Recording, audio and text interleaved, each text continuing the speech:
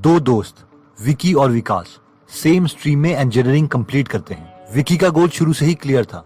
उसे अपने कॉलेज में आ रही सबसे बड़ी कंपनी में प्लेसमेंट चाहिए ताकि उसे अच्छा पैकेज मिले, और क्योंकि दोनों शार्प माइंड के थे इसलिए विकी को जॉब मिल भी जाती है। इन्फोसिस 6 लाख पर एनम की सैलरी पर। अब उसे पता है कि कॉर्पोरेट जॉब में पैसे कमाने का एक ही तरीका है, switch and ask for more, यानी थोड़े साल काम करके कंपनीज चेंज करते रहो और नई कंपनी को पुरानी सैलरी स्लिप दिखा के हाइक मांगो।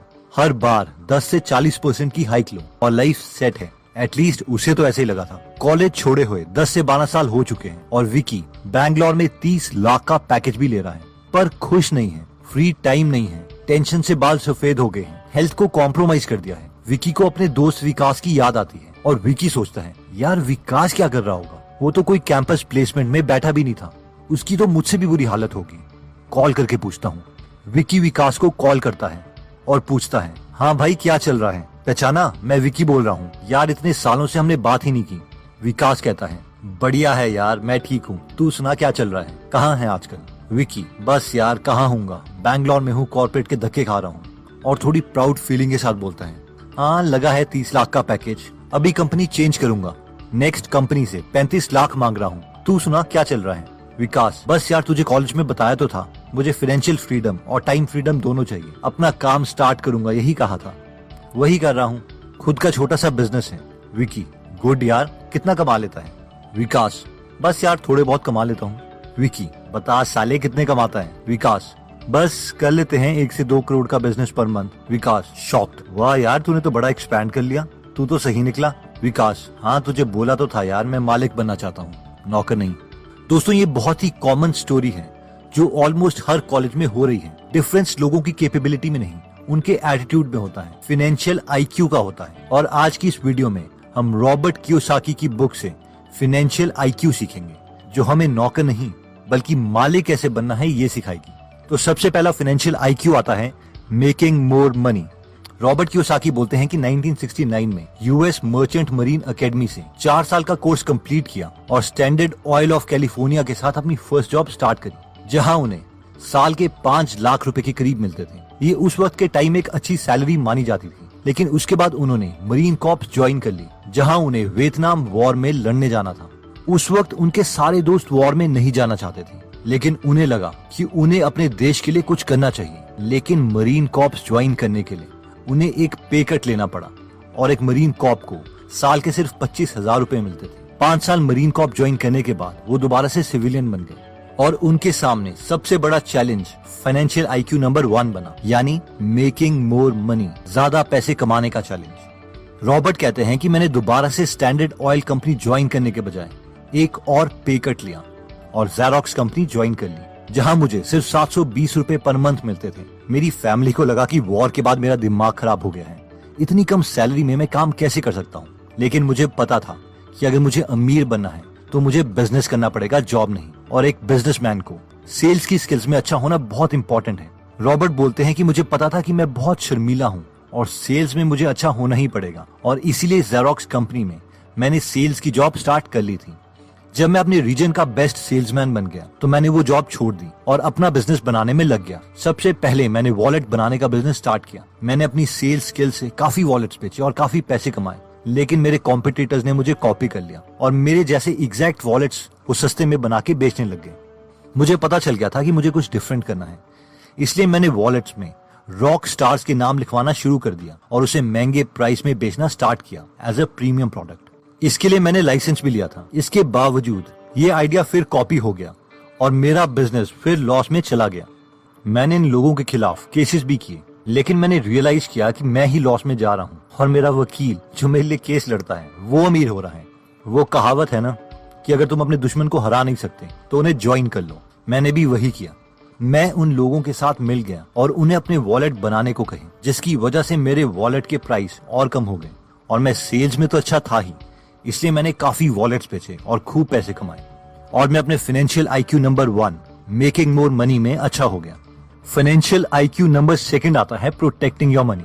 ये बहुत ही इंपॉर्टेंट फाइनेंशियल आईक्यू है जो मैक्सिमम लोग फॉलो नहीं करते। 3 लोगों की सिचुएशन को इमेजिन करो। सिचुएशन नंबर 1, संदीप साल के 10 लाख रुपए कमाता है, लेकिन 30% टैक्स गवर्नमेंट को दे देता है और उसके पास साल के 7 लाख रुपए बचते हैं। सिचुएशन नंबर 2, विकी भी साल के 10 लाख रुपए कमाता है, लेकिन वो गवर्नमेंट को 15% टैक्स में देता है लीगली, इसलिए उसके पास 8.5 लाख रुपीस बचते हैं। सिचुएशन नंबर 3, कुलदीप भी साल के 10 लाख रुपए ही कमा रहा है, लेकिन वो गवर्नमेंट को 0% टैक्स देता है लीगली, इसलिए उसके पास पूरे 10 लाख बनते हैं। तीनों ने मेहनत बराबर करी, पैसे भी इक्वल कमाए, लेकिन आपकी नजरों में फाइनेंशियल आईक्यू किसका ज्यादा अच्छा होता है? ऑब्वियसली कुलदीप का, क्योंकि वो अपने पैसों को प्रोटेक्ट करना जानता है। अब हम में से कई लोगों को ये बहुत अजीब सा आइडिया लगेगा कि यार एक सिविलाइज्ड सोसाइटी में हमारा फर्ज बनता है कि हमें टैक्स देना चाहिए, बट रॉबर्ट इसके लिए एक कहानी बताते हैं। एक बार एक सोशलिस्ट फार्मर के पास आता है और उसे सोशलिस्ट पार्टी ज्वाइन करने के लिए कहता है। फार्मर कहता है कि यार ये सोशलिस्ट कौन होते हैं, कोई एग्जाम्पल तो दो।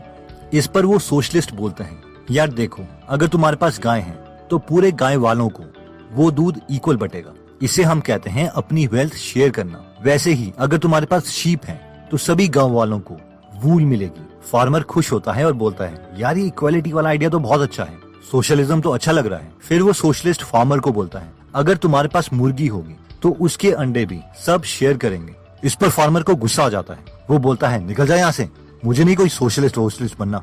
इस पर वो सोशलिस्ट बोलता है, गाय के दूध और शीप की कॉटन को शेयर करने के लिए तो तुम खुश थे। जिस पर फार्मर बोलता है, हाँ, क्योंकि मेरे पास गाय और शीप नहीं है, मेरे पास मुर्गियां बहुत हैं। Moral of the story is, share करने के लिए सब राजी हो जाएंगे, बट कंडीशन ये है कि उन्हें खुद से कुछ ना देना पड़े। और रियल वर्ल्ड में भी ऐसा ही होता है। ये सबसे टैक्स लेके सबके लिए काम करने का आइडिया तो अच्छा लगता है, पॉलिटिशियन को वोट भी बहुत मिलते हैं, लेकिन कोई भी अमीर अपनी वेल्थ शेयर नहीं करता और टैक्स कम ही देता है, क्योंकि टैक्स की बुक में 95% पेजेस हैं जिसमें टैक्स से बचने के मेथड्स बताए हैं और सिर्फ 5% पेजेस टैक्स देने के बारे में। इसलिए अपना फाइनेंशियल आईक्यू बढ़ाओ और कम टैक्स दो। अगर किसी कॉज के लिए डोनेट करना है तो उस कॉज में डायरेक्टली डोनेट करो। नेक्स्ट फाइनेंशियल आईक्यू 3 आता है budgeting your money. Middle class लोगों का बजट, जो मिडिल क्लास लोगों को या तो मिडिल क्लास ही रखता है या फिर गरीब बना देता है, कुछ इस तरीके से दिखता है। सबसे पहले वो सारे खर्चे देते हैं जिसमें बिजली का बिल, दूध का बिल, पानी का bill, loan etcetera, house rent सब दिया जाता है, और बाद में सेविंग या इन्वेस्टमेंट पर ध्यान देते हैं। लेकिन वो मिडिल क्लास जो कल को अमीर बन सकते हैं और जिनका फाइनेंशियल आईक्यू ज्यादा है, वो सबसे पहले सेविंग या इन्वेस्टमेंट ही करते हैं और उसके बाद में वो इन खर्चों को देते हैं, और इस सीक्वेंस को वो कभी भी चेंज नहीं करते। रॉबर्ट बताते हैं कि उन्होंने और उनकी वाइफ किम ने एक अकाउंटेंट रखी थी जिसका नाम था बेटी। इन दोनों की मंथली सैलरी करीबन $1000 थी, लेकिन महीने का खर्च करीबन $1500 था। रॉबर्ट ने अपनी अकाउंटेंट बेटी को बोला कि $1000 में से 30% सेविंग और इन्वेस्टमेंट के लिए हम यूज करेंगे और बाकी $700 से हमें $1500 के एक्सपेंसेस मैनेज करने हैं। बेटी को बहुत गुस्सा आ गया। उसने कहा, नहीं नहीं, पहले हम ऐसा करेंगे कि हम पहले सारे उधार और एक्सपेंसेस देंगे और बाद में सेव करेंगे। लेकिन रॉबर्ट ने कहा कि अगर मैंने ऐसा किया तो मैं कभी भी अमीर नहीं बन पाऊंगा। तो moral of the story is कि जरूरी नहीं कि एक अकाउंटेंट फाइनेंशियल आईक्यू में भी अच्छा हो। फाइनेंशियल आईक्यू नंबर 4 आता है लेवरेजिंग योर मनी। जैसे गाड़ी की स्पीड तेज करने के लिए एक्सीलरेटर होता है, उसी तरीके से पैसों को जल्दी ग्रो करने के लिए लेवरेज होती है।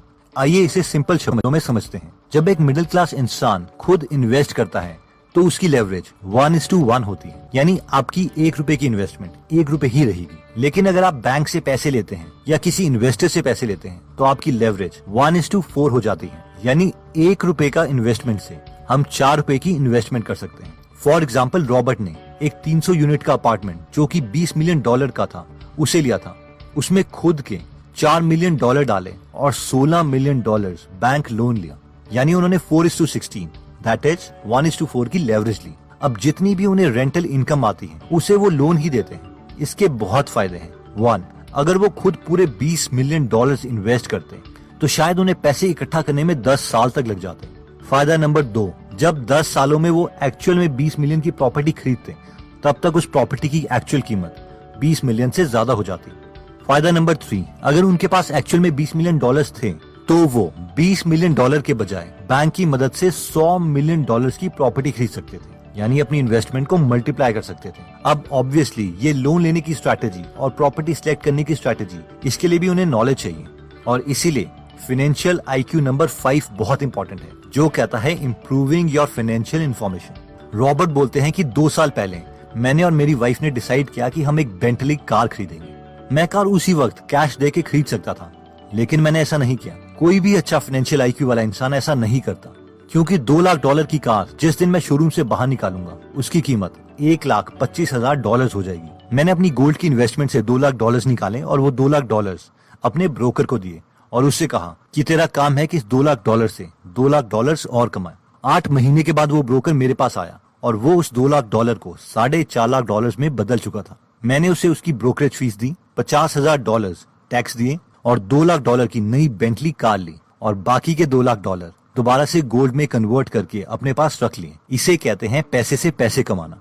अब ऐसा नहीं है कि हर ब्रोकर आपके पैसे इंक्रीज कर सकता है, क्योंकि 95% ब्रोकर को खुद ही नहीं पता कि वो कर क्या रहे हैं, और एक अच्छा ब्रोकर ढूंढना भी काफी डिफिकल्ट टास्क है। एनीवेज पॉइंट ये है कि एक मिडिल क्लास इंसान के पास जैसे ही $2 लाख जमा होते हैं तो वो उसी वक्त $2 लाख की कार ले लेता और उसके पास $0 बचते। लेकिन एक हाई फाइनेंशियल IQ वाला इंसान अपने पैसों को हमेशा प्रोटेक्ट करके रखता है। अब रॉबर्ट ये एक तरह से मुफ्त की बेंटली इसीलिए ले पाए क्योंकि उनके पास एक सबसे बड़ा एसेट था और वो था फाइनेंशियल एजुकेशन, यानी पैसे की समझ। और वो उन्होंने गेन करी है अपने से पहले आए एक्सपीरियंस्ड लोगों से, उनकी बुक्स पढ़ के, उनके लाइफ एक्सपीरियंस से सीख के।